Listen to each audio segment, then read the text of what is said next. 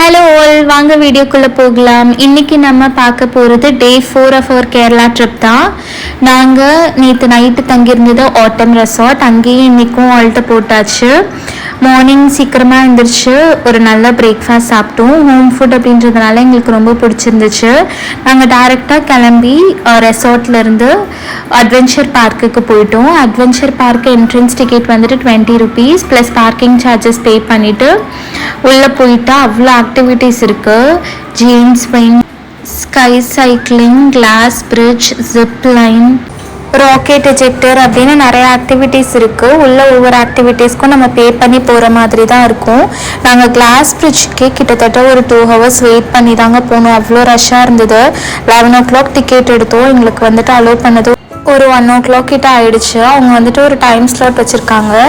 அந்த டைம் ஸ்லாட்டுக்கு ஏற்ற மாதிரி தான் அந்த செட் ஆஃப் பீப்புளை உள்ளே அனுப்புவாங்க போய் பார்க்குறதுக்கு. ஆனால் வெயிட் பண்ணி பார்த்ததுக்கு ரொம்ப ஒர்த்தாக இருந்துச்சுங்க. த்ரில்லிங்கான எக்ஸ்பீரியன்ஸாக இருந்தது, அட்வென்ச்சரஸாக இருந்தது. இது வந்துட்டு ஆக்சுவலாக இந்தியாஸ் லாங்கஸ்ட் கிளாஸ் பிரிட்ஜ்னு சொல்லப்படுது.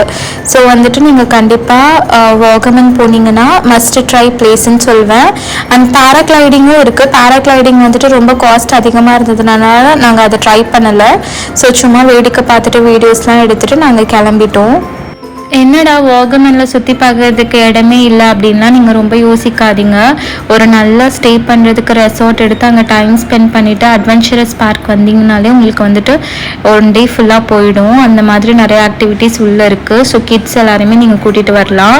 போகிற வழியில் நாங்கள் நொங்கு சர்பத் குடிச்சிட்டு அப்படியே நாங்கள் வந்துட்டு மத்தியானம் சாப்பாடு எங்கேயாவது சாப்பிடலாம் அப்படின்னு சொல்லி நாங்கள் கிளம்பிட்டோம். போகிற வழியில் நேச்சரோட பியூட்டி ரொம்ப அழகாக இருந்ததுங்க.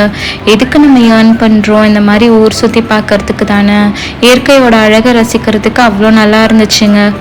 கண்டிப்பாக லைஃப்பில் ஒரு வாட்டியாவது இந்த மாதிரி பிளேசஸ்க்கெலாம் வந்துடணுங்க.